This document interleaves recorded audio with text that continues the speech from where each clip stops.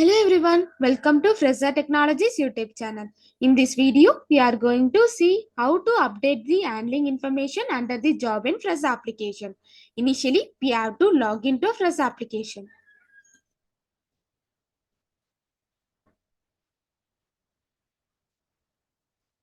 After your successful login, this is how your dashboard looks. Here, we have to select the respective job.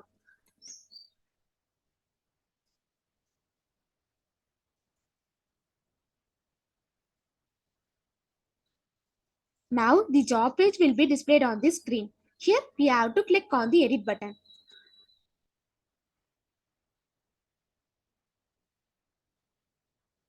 On this job info page, we can see the handling information column.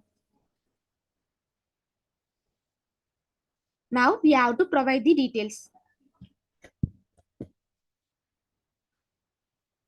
After providing the handling information details, then we have to click on the Save Changes button.